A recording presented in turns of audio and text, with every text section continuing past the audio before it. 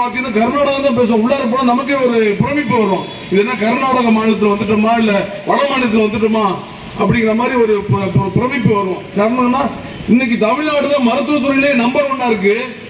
ஆனா தமிழ்நாட்டை வந்து எப்படியாவது தனக்கு வந்து தமிழ்நாடு திமுக அரசு வந்து தனக்கு சாதகமாக தன்னோட பிணையாக தன்னோட இணைந்து செயல்பட மாட்டேங்குது, தன்னோட கூட்டணி அமைக்க மாட்டேங்கிறதுக்காக என்ற ஒரே காரணத்துக்காக இன்னைக்கு கல்வியில தரக்கூடிய 2000 கோடி பணத்தை நான் நிப்பாட்டுவேன், நீ வந்து இந்த மும்மொழி கொள்கையை கொண்டு வந்தாதான் நான் உனக்கு கல்விக்கான பணத்தை நான் தருவேன்னு சொல்லி இன்னைக்கு இந்த அதிகாரத்தில் ஆணவத்தில் இந்த மோசடி அரசு செயல்பட்டு வருது. இன்னைக்கு சிஏஏ என்ஆர்சி சட்டத்தோட ஒரு பகுதி தான் இந்த வகுப்பு வாரிய சட்டம். இது தமிழ் அறிஞர்களுக்கும் வழக்கறிஞர்களுக்கும் தான் அது தெரியும், படித்து பார்க்கணும். நீலகிரி எம்பி மரியாதைக்குரிய ராசா அவர்கள் ஒரு வீடியோ காணொலி பேசியிருந்தாரு, நிறைய பேர் பார்த்துருப்பீங்க வந்து நிற்கிறவங்க. அந்த காணொலியில அற்புதமா அவர் சொல்லியிருக்கார். அந்த கருத்தையும் நான் சொல்றேன். ஒன்னும் இல்லைங்க, இன்னைக்கு நம்ம பகுதி திருவள்ளுவர் கலிப்புணர்ல இருந்து நிறைய பேர் வந்திருக்காங்க. திருவள்ளுவர் கலிப்பு நகர்ல ஒரு எஸ்எஃப்எஸ் ஸ்கூல்ல ஒரு ஸ்கூல் இயங்குது. அந்த ஸ்கூலோட அமைப்புல அந்த ஸ்கூல்ல வந்து ஒரு சகோதரி வந்து புள்ளக்குட்டி கிடையாது அந்த அம்மாவுக்கு. அந்த அம்மா என்ன செய்யுது, தன்னுடைய இறப்புக்கு பிற்பாடு இந்த சொத்தை நான் வந்து பள்ளிக்கூடத்துக்கு தரேன் அப்படின்னு அந்த அம்மா கிறிஸ்டின் ஒப்படைக்குது. இன்னைக்கு அந்த ஸ்கூல் வந்து இன்னைக்கு 2000 பேர் குழந்தைகள் படிச்சுட்டு இருக்காங்க.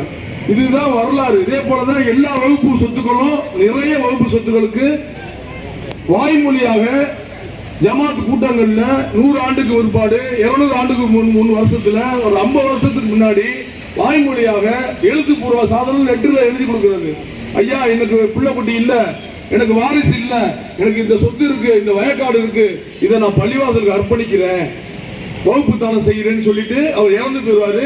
அந்த காலங்காலமா அந்த வகுப்பு சட்டம் வந்து அந்த வகுப்பு பள்ளிவாசல் பயன்படுத்தும், ஏழைகளுக்கு தேவையான உதவிகளை அது மூலமா செய்யும். அப்புறம் மாற்று மத சகோதரர் சொன்ன மாதிரி மாற்று மத சகோதரர்கள் அதுல வந்து பயன்படுத்திக்கிட்டு இருக்காங்க. அது மாதிரி நிறைய விஷயங்கள் இருக்கு. வகுப்பு சொத்துங்கிறது இந்த நாட்டினுடைய ஒரு சட்டாளர் சொல்லுது, ஒரு இடத்தை 15 வருஷம் ஒருத்தர் வந்து பயன்படுத்திட்டாருன்னா அந்த சொத்து அவருக்கு சொந்தம் சொல்லதா இல்லையா? அப்புறம் என்ன வகுப்பு சட்டத்தில் மாற்றம் செஞ்சு என்ன சாதிக்க போறீங்க? பொதுமக்களுக்கு என்ன வேணும், என்ன அடிப்படை தேவை என்ன வேணும், மருத்துவம் வேணும், கல்வி வேணும், சுகாதாரம் வேணும், இதெல்லாம் விட்டுவிட்டு தேவையில்லாத மத கலவரத்தை உண்டாக்கக்கூடிய இந்த மாதிரி மிகப்பெரிய தேவையற்ற செயல்களை செய்து நாட்டை பிரிவினையாக மாற்றி இன்றைய மக்கள்கிட்ட ஒடுக்குமுறைகளை பாய்ச்சி இந்த மோடி அரசு தொடர்ந்து இஸ்லாமிய சகோதரர்களை வஞ்சித்து கொண்டு வருகிறது. எனவே திரு